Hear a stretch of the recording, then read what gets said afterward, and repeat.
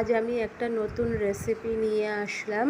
সেটা হচ্ছে চিড়ের পোলাও। চিড়ের পোলাও বানানোর জন্য আমি কিছু সবজি যা ঘরে ছিল সেগুলোই কেটে নিয়েছি। গাজর, পটল, পেঁয়াজ আর কাঁচা লঙ্কা।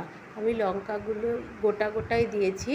আর আমার কাছে যে লঙ্কা ছিল সেগুলো সবই লাল লঙ্কা ছিল, তাই লাল লাল গোটা গোটা লঙ্কাই দিয়ে দিয়েছি। যার দরকার হবে সে মেখে খাবে।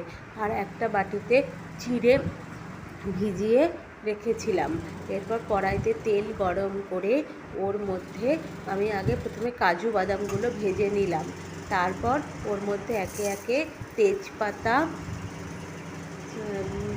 গোটা গরম মশলা ফোড়ন দিলাম।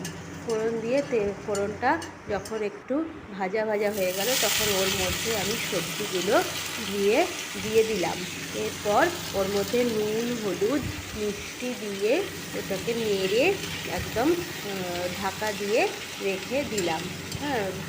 রেখে দিলাম যাতে ভাজা ভাজা হয়ে যায়। মোটামুটি সবজিটা যখন ভাজা ভাজা হয়ে যাবে তখন ওর মধ্যে ভেজানো চিড়েটা জল ঝরিয়ে দিয়ে নাড়িয়ে চাড়িয়ে নিলেই রেডি হয়ে গেল চিড়ের পোলাও।